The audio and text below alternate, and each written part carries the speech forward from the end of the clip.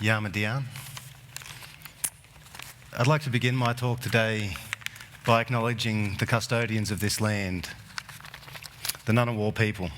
I'd like to pay my respect to elders past and present, and in keeping with the theme of this year's TEDxCanberra, I'd like to give a special acknowledgement to the youth of today, who will in turn become the elders of tomorrow. Then, now, next. A wonderful theme for a TEDx event, because for me, it's the theme of life itself. I don't think there are any three words in the English language that better encapsulate the sum total of human experience and our drive to understand the world around us and our place within it. Where do we come from? Where are we? Where are we going? How are we going to get there?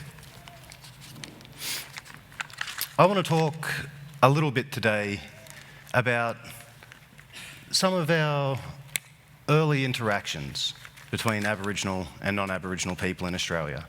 Not just in terms of what actually happened, but in terms of how we choose to tell about what happened, what stories we pick, why we pick them, what they say about us, and what they say about what is likely to come next. Anyone who went to school in Australia, who watches our TV shows, our news media, understands or should understand that we still have a lot left to be desired in the way we portray Aboriginal and Torres Strait Islander people in our national narrative. Far too often, we re-invoke the traditional European images of the noble savage, the primitive, lost in time, out of place. The unavoidable, albeit regrettable, collateral damage on the inevitable path of civilization towards progress. Our creation stories are all too often reduced to exotic novelties, bedtime stories for children. Our creation stories, which give us our place, our purpose, our law, our connection to each other, to the spirit of this land, to the universe itself. Far too often, more readily comparable to Grimm's fairy tales than to the scriptures. And I know in some ways, it really does look like we are making progress. And to be fair, in some ways we are. I myself am a qualified teacher, something I don't think my father would have been able to even imagine when he was the age I decided to become a teacher. By that age, he'd already left school. No thoughts for further education. We have more teachers, doctors, lawyers than we've ever had before, and that is an amazing achievement for those individuals who have succeeded in doing so. But not all of those increased numbers of representation represent positive moves in the right direction towards progress.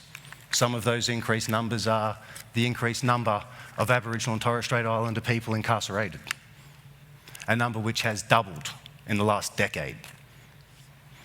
The number of Aboriginal and Torres Strait Islander children removed from their families and placed in out-of-home care, a number that today is higher than at any single point in the history of the stolen generations. A particularly bitter pill to swallow 5 years after, as a nation, we apologised for that shameful history. It can be a very difficult conflict to try and resolve, this idea of simultaneously moving forward as a nation, but also moving backwards. It's a conflict I've personally struggled with my entire life, finding my own place in this nation, a mix of both worlds. A proud Aboriginal father, a very loving mother. Hi, Mum. And it's a conflict that we still go through as a nation on a daily basis.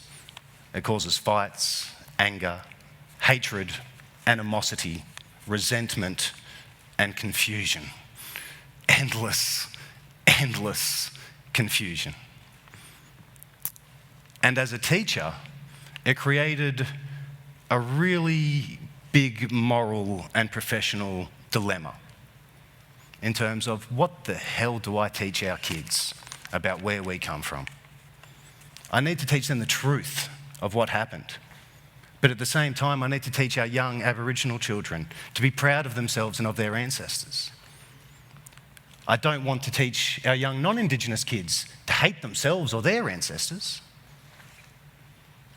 But I need to show the truth. I felt a need to give hope to children that I did not have. And that is a difficult challenge. Do I lie for the greater good? Or do I just give it how it is and hope for the best? I was very, very lucky that I remembered one of the most important things of a teacher is that is not my decision to make. I don't choose which narrative I give to the kids. I don't give them the conclusion. It's my job to give them the tools and the opportunities to work that out for themselves. And within that realisation, I started to go back over the history I'd taught our kids and how I'd taught it. We began to look at it again, not just in terms of what happened in history, but who's written down this story? Why are they telling this story? What have they left out? What are the other versions of the story? And in that journey, we started to look for new stories that would not reinforce those existing narratives, but would shape them, that would give us opportunities to create something new, something just as real and meaningful, but that would give truth and authenticity to that sense of hope. I'd like to share a couple of the stories that my students shared with me. And as a teacher, as a lover of history, as a lover of story, it pains me to have to say that I didn't know these stories already. These are stories we should all know. The first story is one of the very, very first stories of a place in Australia getting renamed. A fascinating part of colonisation history is you get to go and discover things that have already been discovered, and you get to name things that already have names. Governor Phillip, when he was sailing around the coastlines, picking names out of hat, a lot of the time you would give names after your boss in the hope that you'd get the promotion up the chain. But this particular place where Governor Phillip was sailing around, he encountered a group of Aboriginal men there on the shore. And when these men spotted him off in the distance, they confronted him. They waded out into the water and they stood off at him. Who is this stranger? What is he doing here? What does he want? Now, I just want you to imagine, based on your own understandings, how Governor Phillip would have felt at that confrontation. A group of Aboriginal men coming out, looking him down.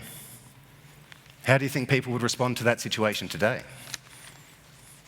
Governor Phillip's response was to give the name of that place Manly Cove, in honour of the manly behaviour, the confidence, the bravery of these young men. He didn't see a threat. He didn't see a potential obstacle to overcome. He didn't open fire.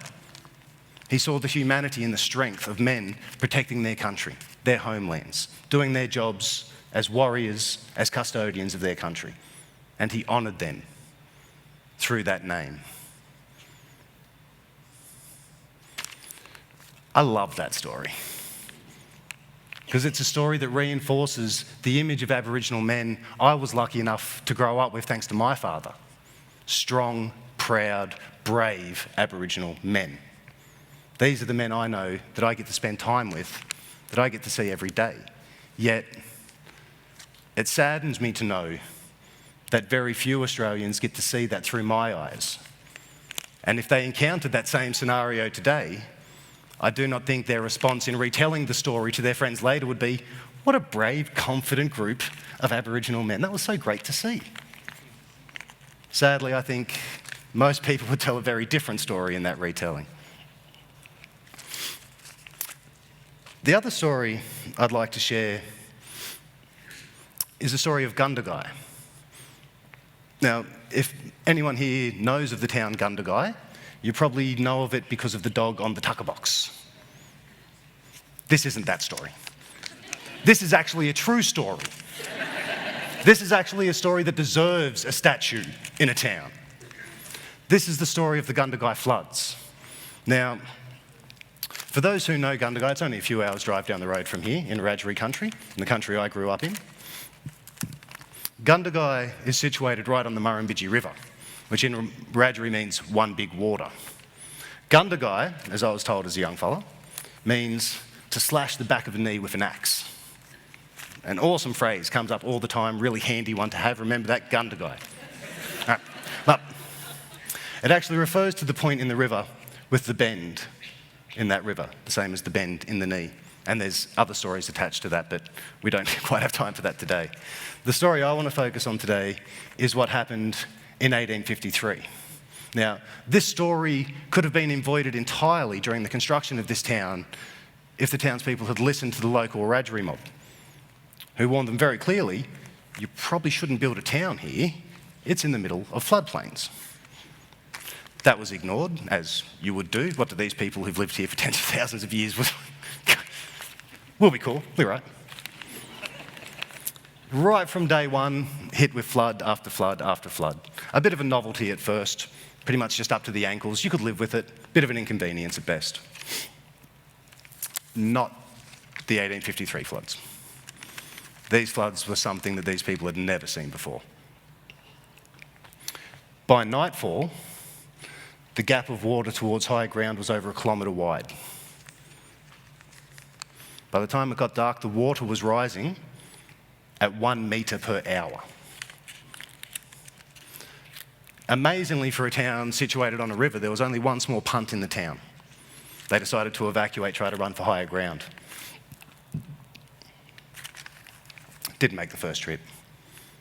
They were the first lives that would be lost that night. The first of many. 89, at the time, the worst natural disaster tragedy in Australian history. You can only imagine those who are left behind, stranded on rooftops, in treetops, watching that punt sink, and all of their hope sinking with it. Until the arrival of a young Wiradjuri man named Yari, with his bark canoe, who plunged into the pitch black of night, into the freezing cold waters, kilometre-wide distance. Nothing to guide him but the screams and cries of people begging for salvation.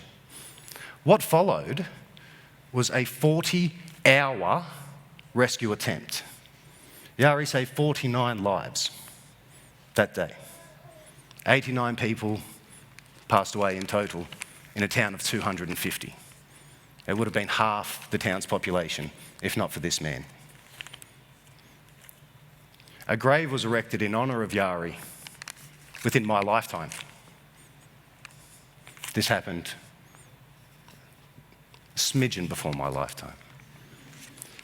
This story of heroism, of bravery, of humanity, of compassion, in the backdrop of invasion, of massacre, of dispossession. None of that mattered. He was a man with an opportunity, the skill to get something done, people in need. He got it done. Why is that not a story that we tell our children? How is it that we live in a country that we don't all know that? That there are Aboriginal kids living in Gundy who don't know that story? Now,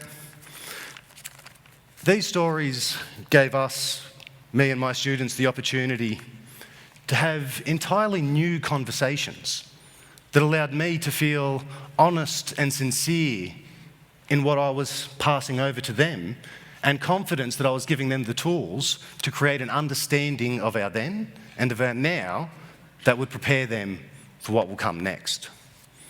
Sadly, as life tends to do in these situations, just as I'd found my purpose and my love within teaching, I left the teaching profession. Not because of what was happening in the classroom, but because of our inability to enact our own policies in regards to Aboriginal education and anti-racism. So there I was, this wonderful idea, these conversations that I needed to have, these stories I needed to tell, no students to teach them to, no audience, no stage to present. And while I was waiting, looking for new opportunities, looking for any job that would pay the bills, basically, I did what many people did. Late one night, I made a Twitter account. Something to do. I didn't actually, amazingly, looking for an audience, I didn't think, oh, Twitter might be my audience. It was just something to pass the time. And I got on there to vent my frustrations about why I felt I had to leave the teaching profession. And amazingly, I met other teachers who shared my frustration. I met other people who shared my love of story and of history, who had other amazing stories to share with me. And very humblingly, I became noticed. People started to listen to me and would contact me to want to hear my stories. And as the youngest of three brothers, to actually have people who want to hear your story is an amazing sensation. But as I found these opportunities, there was something that kept niggling away in the back of my mind, something I was taught when I was very young. And that is, if you are ever lucky enough to climb over that wall of opportunity, you have a responsibility. One, to throw a rope over to those still struggling to come. Two, to do your best to tear that wall down to the ground. We do not need it, it does not belong. And I had found such new purpose through such a phenomenal platform as something like Twitter. 140 characters at a time, barely a couple of sentences. How could I, now feeling that I had this opportunity to tell my story, how could I share this with others? It didn't bring any money with it. I couldn't buy anything for anyone else. I couldn't create anything for anyone else. It didn't really have much power of influence. What it had was something that is actually much rarer than any of those things. It's what we have here today. An engaged audience of people who care and who want to hear your story. It took me quite a long time to build that audience online, a few years. When I had the realisation, I took my name off the account instantly. I changed the name of the account to Indigenous X. It stands for Indigenous Excellence. I asked some of the other young Indigenous people I know who are online, who are outspoken, who've got amazing things to say, to share what they were trying to get out there with this audience that we had amassed. We've been going for about 18 months now. There's about 10,000 people who listen to us. You can find us in The Guardian each week and read about us there as well. And I'd like to invite you to come in and join with us in this conversation, this ongoing conversation. I want you to recognise the humility and the humanity within yourselves and with those around you. I want us to rebuild a stronger understanding of the then. I want us to have faith that what we are doing now matters. And I want us to have true sense of hope for what will come next. And I hope you'll join me in that. Thank you.